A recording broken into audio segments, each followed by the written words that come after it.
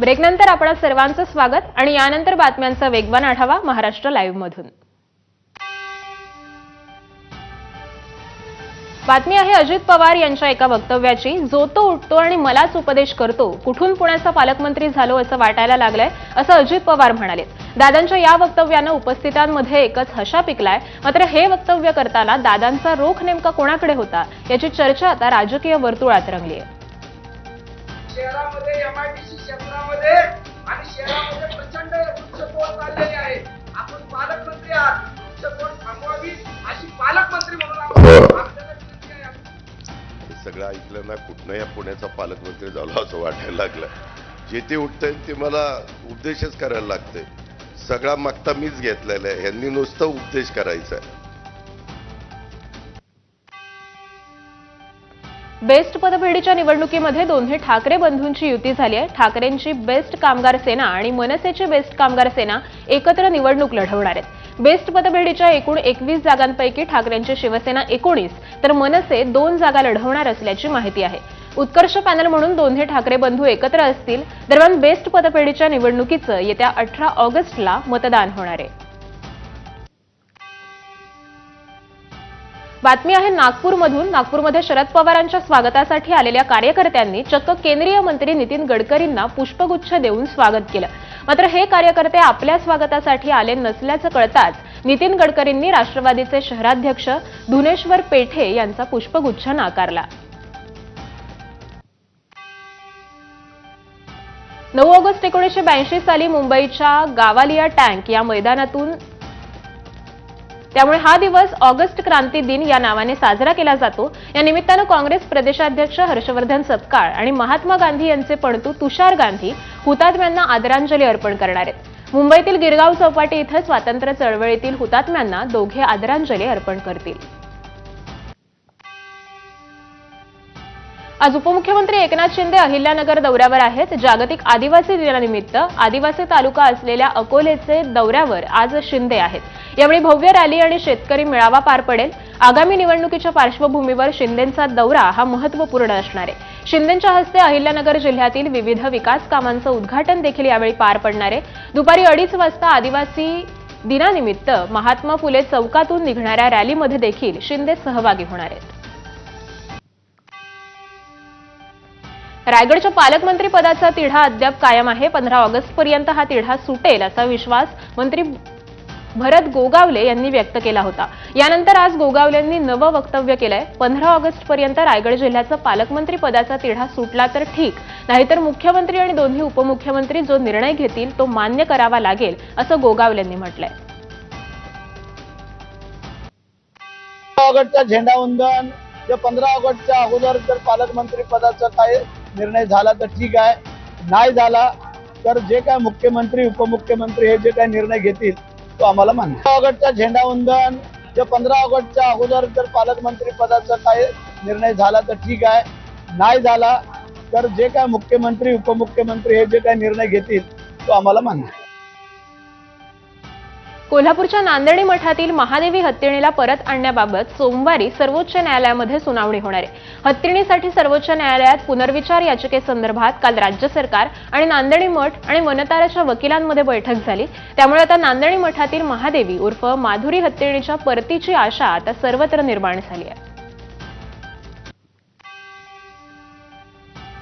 कोल्हापूर जिल्ह्यातील नांदणी मठातील महादेवी हत्तीणीला परत आणावं या मागणीसाठी बेळगाव जिल्ह्यातील शेडबाळ या गावामध्ये बंद पाळण्यात आला। शेडबाळ या गावकऱ्यांनी भव्य मोर्चा काढत तहसीलदारांकडे मागणीचं निवेदन सादर केलं।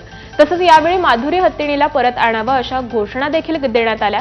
या मोर्चामध्ये ज्येष्ठ नागरिक, महिला, तरुण आणि विद्यार्थ्यांसह सुमारे 5000 बांधव सहभागी झाले होते। यवतमाळच्या पुसदमध्ये महादेवी हत्तीणीसाठी मूक मोर्चाचं आयोजन करण्यात आलं होतं। लढाई महादेवीच्या अस्तित्वाची या टॅगलाईनद्वारे नागरिकांचा मूक मोर्चामध्ये सहभाग होता। महादेवी लवकरात लवकर नांदणी मठात आणण्याची मागणी पुसदकरांनी यावेळी केली आहे। कल्याण डोंबिवली महानगरपालिकेत कोळी समाजाच्या महापौर व्हावा अशी इच्छा शिंदेंच्या शिवसेनेचे आमदार विश्वनाथ भोईर यांनी व्यक्त केली आहे. नारळी पौर्णिमा निमित्त आगरी कोळी समाज उत्कर्ष मंडळाच्या वतीनं दरवर्षीप्रमाणेच याही वर्षी भव्य मिरवणुकीचं आयोजन करण्यात आलं होतं आणि यावेळी ते बोलत होते. सर्वात जास्त नगरसेवक आगरी कोळी समाजाचे निवडून येतात. ही गर्दी आगरी कोळी समाजाची एकीचं प्रतीक आहे असंही त्यांनी म्हटलंय. आमची सर्वांची मागणी आहे, कारण सर्वात जास्त नगरसेवक हे आगरी कोळी समाजाचे असतात. तर साहजिकच आमची भावना आहे की बाबा त्या आता येणाऱ्या महापालिका निवडणुकीमध्ये जो पहिला कल्याणचा जो व्यक्ती असतो तो महापौर म्हणून आमच्या समाजाचा बसावा, ही तर सुप्त इच्छा आहे प्रत्येकाची. नागपूरमधील अजनी ते पुणे जंक्शन दरम्यान वंदे भारत एक्सप्रेस सुरू करण्यास रेल्वे मंत्रालयानं मान्यता दिली होती. येत्या रविवारी पंतप्रधान नरेंद्र मोदींच्या या वंदे भारत एक्सप्रेसला हिरवा झेंडा दाखवून या सेवेचा शुभारंभ करतील. या दिवशी बेळगाव बंगळुरू आणि अमृतसर ते श्रीमाता वैष्णोदेवी कटारा या 2 मार्गांवर देखील वंदे भारत एक्सप्रेस 10 ऑगस्टला शुभारंभ करण्यात येणार आहे. पंतप्रधान नरेंद्र मोदी कर्नाटकमधून 3 वंदे भारत एक्सप्रेसला हिरवा झेंडा दाखवणार आहेत.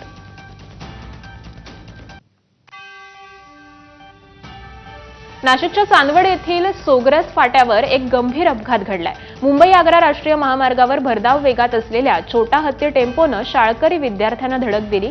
या अपघातात एका विद्यार्थीचा मृत्यू झाला असून 10 ते 12 विद्यार्थी हे जखमी झाल्याची प्राथमिक माहिती मिळाली आहे. जखमी विद्यार्थ्यांना तत्काळ उपचारासाठी चांदवड आणि पिंपळगाव येथील रुग्णालयामध्ये हलवण्यात आलं. मंत्री दादा भुसे मालेगावकडे जात असताना त्यांनी घटनास्थळात धाव घेऊन मदत कार्य केलं.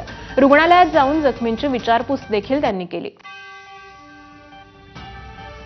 चांदवड येथील सोगरस फाट्यावर अपघात झाल्यानंतर मुंबई आग्रा महामार्गावर संतप्त जमावानं रास्ता रोखून धरला होता. अपघातग्रस्त टेम्पो चालक दारूच्या नशेत असल्याची शक्यता पोलिसांनी वर्तवली आहे. 10 ते 12 विद्यार्थी जखमी तर एका विद्यार्थ्याचा मृत्यू या अपघातामध्ये झाल्यामुळे संतप्त जमावानं थेट मुंबई आग्रा महामार्गावरच आंदोलन केलं. दरम्यान या अपघातात मृत्युमुखी पडलेल्या विद्यार्थ्याच्या नातेवाईकांना 4 लाख रुपयांची मदत जाहीर करण्यात आली आहे. तर सर्व जखमींचा शासकीय खर्चानं उपचार होणार आहे.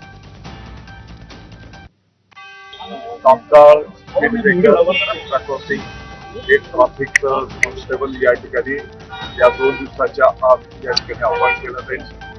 विद्यार्थ्यांना त्या शाळेचा वेळ असतो, त्या शाळेमध्ये जाण्या येण्याच्यासाठी सुद्धा त्या ठिकाणी मानसून दिलेले आहेत. जे काही विद्यार्थी जखमी झालेले आहेत या संदर्भात संपूर्ण माहिती माननीय मुख्यमंत्री महोदयांपर्यंत आलेली आहे. सर्व जखमींचा खर्च शासनाच्या वतीने केला जाईल. बातमी आहे एबीपी माझाच्या इम्पॅक्टची. जिथे आजवर कधीच बस पोहोचली नव्हती त्या तिखाडी गावामध्ये रक्षाबंधनाच्या पूर्वसंध्येला एसटी बस पोहोचली. यावेळी गावातील महिलांनी आनंद व्यक्त करत एबीपी माझाच्या प्रयत्नांबाबत मनापासून आभार मानले. नागपुरातील तिखाडी, उमरा आणि दुधा या गावांमध्ये आजवर कधीच बस पोहोचली नव्हती. त्यामुळे इथले गावकरी चांपा खापरे रस्त्यावर जाऊन बस पकडायचे. एबीपी माझाने गावकऱ्यांसाठी आवाज उठवल्यानंतर प्रशासनातील अधिकाऱ्यांच्या उपस्थितीमध्ये गावामध्ये बस पोहोचली आहे. रस्त्यावर कचरा टाकणाऱ्या कपडा दुकानदाराला वैजापूर नगरपालिकेचे मुख्याधिकारी बिघोत यांनी चांगलाच धडा शिकवलाय. रस्त्यावर टाकलेला कचरा त्यांनी पुन्हा दुकानात टाकला आणि प्रश्न विचारला, आता कसं वाटतंय? तसंच दुकानदाराला 1000 रुपयांचा दंड देखील आकारला.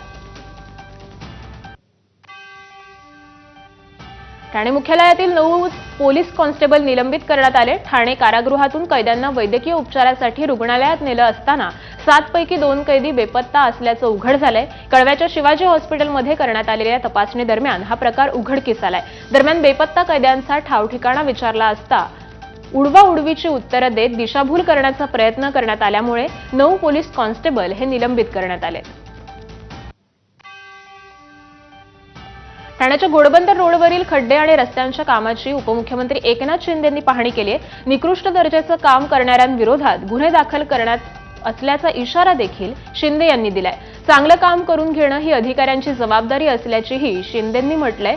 दरम्यान घोडबंदरला आता 60 मीटरचा रस्ता मंजूर झालाय. तो झाला की खड्डे पडणार नाहीत असं देखील शिंदे म्हणालेत. या ठिकाणी कॉन्ट्रॅक्टर चांगलं काम करणार नाहीत म्हणजे निकृष्ट दर्जाचं काम करतील आणि कॉन्ट्रॅक्टरच्या कामामुळे नाहक वाहतुकीला आणि नागरिकांना त्रास होईल, त्यांच्यावर कारवाई केली जाईल. बिलकुल त्यांच्यावर कारवाई केली जाईल. तुम्हाला माहित आहे या नाशिकच्या येवला रेल्वे स्थानकाची छगन भुजबळांनी पाहणी केली आहे. अमृत भारत योजनेतून येवला रेल्वे स्थानकाचा कायापालट होणार आहे. यामध्ये नव्यानं एक्सप्रेस गाड्यांना थांबा देण्यासाठी प्रयत्न करणार अशी माहिती मंत्री छगन भुजबळ यांनी दिली आहे. येवला रेल्वे स्थानकावर सुविधांचा अभाव असल्याच्या अनेक तक्रारी या नागरिकांनी केल्या होत्या.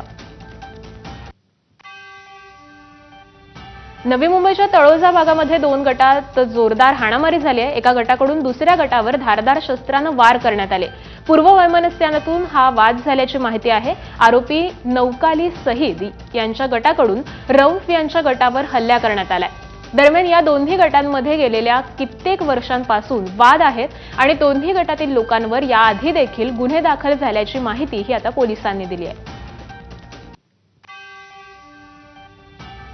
सार्वजनिक ठिकाणी कबुतरांना खाद्य टाकण्यास न्यायालयानं बंदी घातली आहे. मात्र काही जणांनी न्यायालयाच्या निर्णयाचं उल्लंघन करत गिरगाव चौपाटीवर कबुतरांना खाद्य टाकल्याचं पाहायला मिळालं. गोरेगाव परिसरामध्ये केवळ 7 वर्षांपूर्वी 27 कोटी रुपये खर्चून बांधण्यात आलेला वीर सावरकर उड्डाणपूल मुंबई महापालिकेनं पाडण्याची तयारी सुरू केली आहे. त्यासाठी वर्सोवा दहिसर सागरी किनारा मार्गाच्या नव्या प्रकल्पात हा पूल अडथळा ठरत असल्याचं कारण सांगण्यात येत आहे. या पार्श्वभूमीवर मनसे गोरेगाव विधानसभा अध्यक्ष वीरेंद्र जाधव यांच्या नेतृत्वाखाली आंदोलन करण्यात आलं. मुंबई महापालिकेच्या निर्णयामुळे स्थानिक नागरिकांमध्ये संतापाचं वातावरण असून महापालिकेच्या नियोजन शून्य कारभारामुळे नागरिकांच्या कराच्या 27 कोटी रुपयांचा अपव्यय झाल्याचा आरोप करण्यात येतोय. भिवंडीच्या डोहळे पडघा परिसरामध्ये माथाडी युनियनच्या मनमानी कारभाराविरोधात भर पावसामध्ये आंदोलन करण्यात आलं. युनियनच्या नावाखाली बाहेरच्या कामगारांना प्राधान्य देत स्थानिकांची रोजगारातून गळचेपी केल्याचा आरोप यावेळी करण्यात आलाय. तर या आर्थिक लुटीचा कामगार आयुक्त दाभाडे यांचा वरदहस्त असल्याचा देखील आंदोलकांचा दावा आहे. यामुळे गोदाम कंपन्यांचे स्थलांतर होण्याचा धोका निर्माण झालाय. भूमिपुत्रांना माथाडी युनियनमध्ये समाविष्ट करावे अशी मागणी या आंदोलकांनी केली. लातूरच्या रेणापूरमधील सांगवी इथं जमिनीच्या वादातून मुलीने आईची हत्या केल्याचा धक्कादायक प्रकार घडलाय. यानंतर मृतदेह उसाच्या शेतात पुरून टाकला. पोलिसांना माहिती मिळताच त्यांनी तपास केला असताना ही घटना उघडकीस आली आहे. त्यानंतर मुलानं आत्महत्या केल्याची माहिती देखील मिळतेय.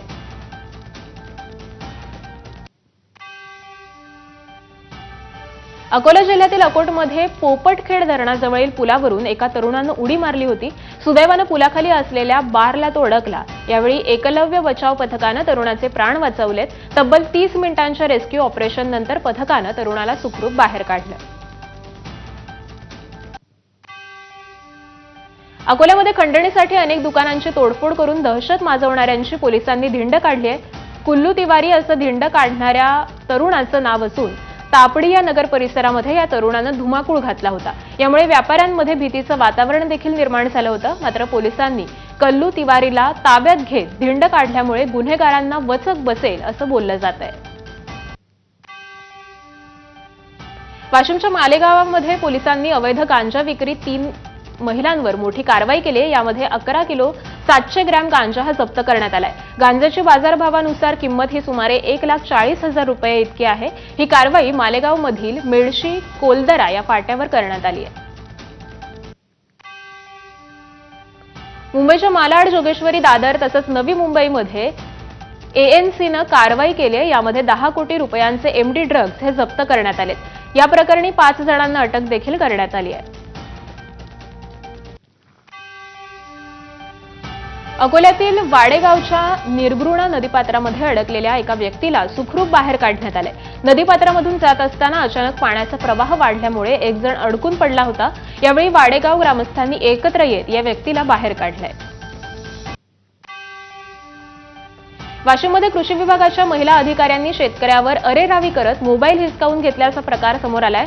शाश्वत शेती दिनाच्या निमित्तानं शेतकरी प्रशिक्षण कार्यक्रमाचं आयोजन करण्यात आलं होतं आणि या कार्यक्रमात शेतकऱ्यांना जेवण अपुरं पडल्यामुळे विचारणा केली असता महिला अधिकारी शेतकऱ्यांवर भडकल्या आणि या घटनेचं चित्रीकरण करत असताना त्यांनी तो मोबाईल देखील हिसकावून घेतलाय.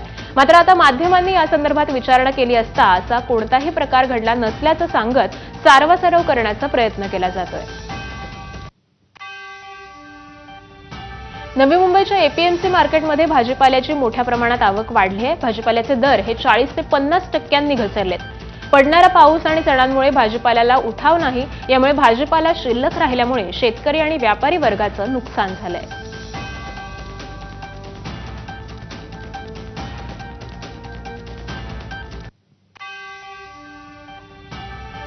नाशिकमध्ये ठाकरेंच्या शिवसेनेचे 2 पदाधिकाऱ्यांचा जोरदार राडा झालाय. विशेष म्हणजे मनसे आणि शिवसेनेची बैठक सुरू असतानाच ठाकरेंच्या 2 पदाधिकाऱ्यांचा जोरदार वाद पेटला. जयंत दिंडे आणि विनायक पांडे यांचा बैठकीमध्येच वाद झाला. मनसेशी मैत्रीच्या चर्चा करताना शिवसेनेचे 2 पदाधिकारी हे सर्वांसमोर आपापसातच भिडलेत. या वादानंतर विनायक पांडे यांनी बैठकीतून काढता पाय घेतला. महाराष्ट्राचे मुख्यमंत्री नाही तर ते चीफ मिनिस्टर आहेत, पण ते चीप वागत आहेत. फडणवीसांनी काल केलेल्या टीकेनंतर हर्षवर्धन सपकाळांची टीका. हा चिफनेस आपल्याला सोबत नाही. राहुल गांधी जे आहेत हे निवडणूक आयोगाच्या कामकाजाच्या संदर्भामध्ये आक्षेप आणि काही तथ्य समोर आणतात, तेव्हा त्यांची वकिली करण्याकरता देशाचे गृहमंत्री अमित शहा हे समोर येतात, तर दुसरीकडे महाराष्ट्राचे मुख्यमंत्री हे समोर येतात. महाराष्ट्राच्या मुख्यमंत्र्यांना नाक खुपसायची काय गरज आहे? राहुल गांधींच्या डोक्यातील चीप ही चोरीला गेली हे मुख्यमंत्र्यांचं विधान चुकीचं आहे, माजी मंत्री बाळासाहेब थोरातांनी असं म्हटलंय. तर काँग्रेसचे नेते राहुल गांधी यांनी महाराष्ट्र विधानसभा निवडणूक मतदान प्रक्रियेमध्ये झालेल्या घोटाळ्याबाबत काही प्रश्न उपस्थित केले होते. त्याला निवडणूक आयोगानं उत्तर देणं आवश्यक असल्याचं देखील बाळासाहेब थोरात यांनी म्हटलंय. यावेळी बाळासाहेब थोरातांनी भाजप पक्ष अस्वस्थ झाल्याची टीका देखील केली आहे. माजी मंत्री बच्चू कडू हे शेतकऱ्यांच्या कर्जमाफीसाठी आक्रमक झालेत. रक्षाबंधनाच्या दिवशी सरकारला वेदनेची राखी बांधणार असा आक्रमक पवित्रा बच्चू कडू यांनी घेतलाय. राज्यभरात रक्षाबंधनानिमित्त शेतकऱ्यांच्या प्रति सरकारच्या मनाला जागवण्यासाठी सरकारचे मुखवटे घालून काळी राखी बांधून ते आंदोलन करणार आहेत असा पवित्राच जणू कडूंनी घेतलाय. अमरावती जिल्ह्यातील चांदूर बाजार या ठिकाणी आंदोलनाचं आयोजन हे करण्यात आलंय. रक्षाबंधनाच्या निमित्तानं मुंडे भाऊ बहिणीचा स्नेहमिलाप पाहायला मिळणार का, याकडे राज्याचं लक्ष लागलंय. रक्षाबंधनाच्या निमित्तानं मंत्री पंकजा मुंडे महादेव जानकर यांना राखी बांधणार आहेत. पंकजा मुंडेंच्या मुंबईतील रामटेक या शासकीय निवासस्थानी दोघेही रक्षाबंधन साजरं करतील. दरम्यान धनंजय मुंडे हे देखील मुंबईत आहेत, त्यामुळे धनंजय मुंडे देखील पंकजा मुंडेंकडे जाण्याची शक्यता आहे. दरवर्षी दोन्ही मुंडे भाऊ बहीण हे स्नेहमिलाप राज्याला पाहायला मिळतोय.